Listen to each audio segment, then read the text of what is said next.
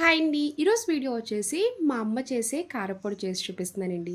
ఇడ్లీలోకైనా దోసలోకైనా కొంచెం నెయ్యి వేసుకొని కారప్పొడి వేసి తినండి, అమృతంలా ఉంటుంది. కారంగా నోటికి రుచిగా తినే కొద్దీ తినాలనిపిస్తుంది.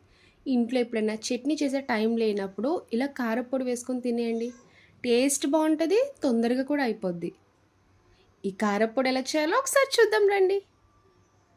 ఇప్పుడు కారప్పొడి రెడీ చేసుకోవడానికి ముందుగా ఎండుమిరపకాయలు తీసుకోండి. నేనైతే ఒక 40 వరకు తీసుకుంటున్నాను. కారం మిరపకాయలు తీసుకోండి. గుంటూరు మిర్చి ఉంటాయి కదండి, అవి తీసుకోండి. కారప్పొడి చూడడానికి కలర్ఫుల్గా బాగా కనిపిస్తుంది, టేస్ట్ కూడా బాగుంటుంది. పైన తొడుములు తీసేసి ఇలా తుంచేసుకోవాలి. ఫ్రై అయినప్పుడు కంప్లీట్గా ఫ్రై అవుతాయి. ఇప్పుడు ఎండుమిరపకాయలు ఫ్రై చేయడానికి స్టవ్ ఆన్ చేసి కడాయి పెట్టుకున్నాక 2 స్పూన్లు నూనె వేసుకోండి. కట్ చేసుకున్న ఎండుమిరపకాయలు మొత్తం వేసుకోవాలి. మీరు ఎండుమిరపకాయలు ఫ్రై చేసినప్పుడు మాత్రం లో టు మీడియం ఫ్లేమ్లో పెట్టే ఫ్రై చేయండి. హై ఫ్లేమ్లో అస్సలు పెట్టొద్దు, ఎండుమిరపకాయలు తొందరగా ఫ్రై అయిపోతాయండి. సిమ్లో పెట్టుకొనే ఫ్రై చేయాలి. ఎండుమిరపకాయలు ఎంత బాగా ఫ్రై అయితే కారపొడి రుచి అన్నది అంత బాగుంటుంది.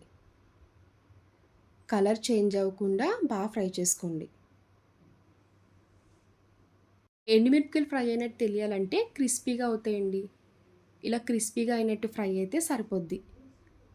ఇలా ఫ్రై చేసుకున్న ఎండుమిరపకాయలు మొత్తం ఒక ప్లేట్లోకి వేసుకోండి. కడాయిలో ఆయిల్ ఉంది కాబట్టి ఇంక వేసుకొని అవసరం లేదండి. ఇన్కేస్ లేకపోతే కనుక 1 స్పూన్ ఆయిల్ వేసుకోండి. చిన్న కప్పుతో ధనియాలు వేసుకోండి. చట్నీ తీసుకుంటారు కదా, ఆ కప్ తీసుకొని 1 కప్పు ధనియాలు వేసుకోవాలి. 1 టీ స్పూన్ జీలకర్ర, హాఫ్ టీ స్పూన్ మెంతులు వేసుకోండి. ధనియాలు ఫ్రై చేసినప్పుడు కూడా స్టవ్ లో టు మీడియం ఫ్లేమ్లో పెట్టి ఫ్రై చేయండి. అప్పుడే కంప్లీట్గా లోపల వరకు ఫ్రై అవుతాయి.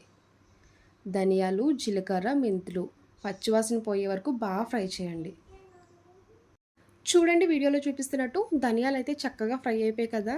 ధనియాలు ఈ రంగు వస్తే సరిపోతుందండి. ఇలా ఫ్రై చేసుకున్నాక ఇంకా స్టవ్ ఆఫ్ చేసుకోండి. ధనియాలు, ఎండుమిరపకాయలు బాగా చల్లారే వరకు పక్కన పెట్టుకోవాలి. ఇప్పుడు ఇలాంటి ఒక మిక్సీ జార్ తీసుకొని ముందుగా ఫ్రై చేసుకున్న ఎండుమిరపకాయలు వేసుకోండి. ఇలా ఎండుమిరపకాయలు వేసుకున్నాక ధనియాలు కూడా మొత్తం వేసుకోవాలి. పావు టీ స్పూన్ ఇంగువ వేసుకోండి. 1 స్పూన్ వరకు ఉప్పు వేసుకోవాలి. మీ దగ్గర గల్లుప్పు ఉంటే గల్లుప్పు వేసుకోండి, లేదు అంటే సాల్ట్ అయినా వేసుకోవచ్చు. ఇప్పుడు మూత పెట్టుకొని మెత్తగా మిక్సీ చేసుకోవాలి. చూడండి ఇలా మెత్తగా మిక్సీ చేసుకోవాలి. కారప్పొడి ఎప్పుడైనా మిక్సీ చేసినప్పుడు ఇలా మెత్తగా ఉంటేనే ఇడ్లీలోకైనా దోశలోకైనా చాలా బాగుంటుంది.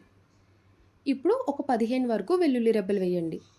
పొట్టుతోనే డైరెక్ట్గా వేసుకోవాలి. వెల్లుల్లిపాయలు వేసుకున్నాక మూత పెట్టి ఇంకొకసారి మిక్సీ చేసుకోండి. చూసారు కదండి, చాలా సింపుల్గా కారప్పొడి రెడీ అయిపోయింది. ఇలా కారప్పొడి రెడీ చేసుకున్నాక ఒక ప్లేట్లోకి వేసుకోండి. ఎక్కడైనా ఉండల కింద అనిపిస్తే చేత్తో నలిపేసుకోవాలి. ఇలా ప్లేట్లో వేసుకున్నాక ఒక 2 నిమిషాలు ఆరబెట్టండి. వేడి మీద ఉంటుంది కదండి, ఇలా వేడి మీదే మీరు బాటిల్లో వేసేస్తే పాడైపోద్ది. కొంచెం చల్లారాక అప్పుడు వేసుకోవాలి. మిక్సీ చేస్తున్నప్పుడు మీకు మంచి స్మెల్ వస్తుందండి. ఆ స్మెల్కే తినేయాలనిపిస్తుంది, అంత టేస్టీగా ఉంటుంది.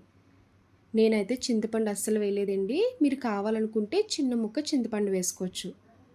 చింతపండు వేస్తే ఒక టేస్ట్ వస్తుంది, వేయకపోతే ఒక టేస్ట్ వస్తుందండి. ఒక్కసారి ఈ ప్రాసెస్లో చేయండి, చాలా అంటే చాలా బాగుంటుంది.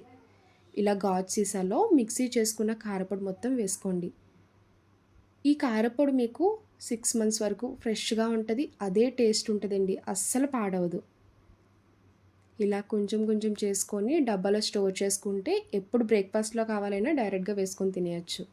నేనైతే దోసలోకి వేసుకుంటున్నానండి. ఇలా దోస వేసుకున్నాక 1 స్పూన్ కారపొడి వేసి పైన నెయ్యి వేసుకొని దోస కాల్చండి, చాలా బాగుంటుంది.